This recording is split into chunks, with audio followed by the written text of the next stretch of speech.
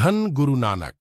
गुरु नानक जी ने अपनी साखियों द्वारा जीवन के महत्वपूर्ण संदेश दिए हैं। आइए सुनते हैं एक और गुरु नानक जी की प्यारी सी साखी, जो हमें यह सिखाती है कि हम कैसे अपने गुरु की प्रसन्नता प्राप्त कर सकते हैं, और अगर हमारे गुरु हम पर प्रसन्न हो जाएं तो हमें क्या क्या दांत बख्शते हैं।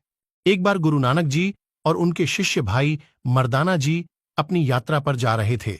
रास्ते में उन्हें एक विनम्र सेवक मिला जो बहुत ही गरीब था। वह एक छोटी सी झोपड़ी में रहता था। उस समय रात हो गई थी, तो गुरु नानक जी ने रात उस शिष्य की झोपड़ी में बिताने की इच्छा जाहिर की। यह बात सुनकर वह शिष्य बहुत ही खुश हो गया। उसने गुरु नानक जी का और भाई मर्दाना जी का विनम्रता से अपनी झोपड़ी में स्वागत किया। सेवक बहुत ही गरीब था, इसलिए उसके पास ज्यादा कुछ खाने की व्यवस्था नहीं थी। उसके पास जो कुछ भी था वह वो गुरुजी और भाई मर्दाना जी के लिए ले आया। भाई मर्दाना ने जब यह देखा कि उस शिष्य के पास जो भी थोड़ा बहुत खाना था वह सब उनके आगे रख दिया, तो भाई मर्दाना जी को दुख हुआ। उनका मन नहीं किया कि वो ये खाना खाएं। अंतर्यामी गुरु नानक जी को यह पता था और उन्होंने भाई मर्दाना से कहा कि चिंता न करें, हमें वाहेगुरु की इच्छा में रहना चाहिए। गुरसिखों की विनम्रता और प्रेम ही उनका सब कुछ होता है। जब उन्होंने अपना लंगर खा लिया तो गुरु नानक जी ने भाई मर्दाना जी से उनकी मिट्टी की छोटी प्लेटों को तोड़ने के लिए कहा, जिनमें उन्होंने खाना खाया था। भाई मर्दाना जी गहरी सोच में डूब गए। वो बहुत हैरानी से गुरु नानक जी और शिष्य की ओर देखने लगे। शिष्य विनम्र और प्रेम भाव से गुरु नानक जी के सामने हाथ जोड़कर खड़ा हो गया। उसने मर्दाना जी से कहा कि जैसा गुरु साहिब जी कह रहे हैं, आप वैसा ही कीजिए। तब भाई मर्दाना जी ने गुरु नानक जी को सत्य वचन कहकर ऐसा ही किया। अगले दिन गुरु जी ने अपनी यात्रा को जारी रखने का निर्णय लिया।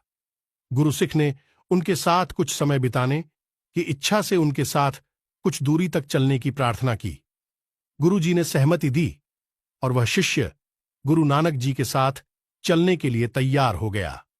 उनके घर छोड़ते समय गुरु जी ने फिर से भाई मर्दाना जी से कहा कि अब वो इस झोपड़ी को तोड़ दें।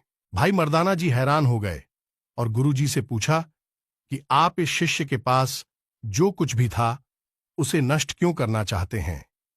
शिष्य ने विनती भरी निगाहों से भाई मर्दाना की ओर देखा और कहा, कृपया जैसा मेरे गुरु कहते हैं वैसा ही करो। वे तुम्हें जो भी हुक्म देते हैं बस उसका पालन करो। यहां कुछ भी मेरा नहीं है, यह सब गुरु जी का है। भाई मर्दाना जी ने ना चाहते हुए भी गुरु नानक जी की आज्ञा का पालन किया और उस झोपड़ी को तोड़ दिया। गुरु जी, भाई मर्दाना जी और शिष्य अपनी यात्रा पर चल पड़े। जैसे ही रात होने लगी, गुरु जी ने शिष्य को सलाह दी कि अब उसे अपने घर वापस जाना चाहिए। जब शिष्य उस स्थान पर लौटा जहां उसका घर हुआ करता था, तो उसने देखा कि 2 फुट की एक छोटी सी दीवार अभी भी बची हुई थी। यह सोचकर कि भाई मर्दाना ने काम पूरी तरह से पूरा नहीं किया, उसने दीवार के आखिरी हिस्से को तोड़ना शुरू कर दिया। जैसे ही शिष्य ने दीवार तोड़ी, उसने देखा कि नीचे की जमीन कमजोर हो रही है और अलग हो रही है।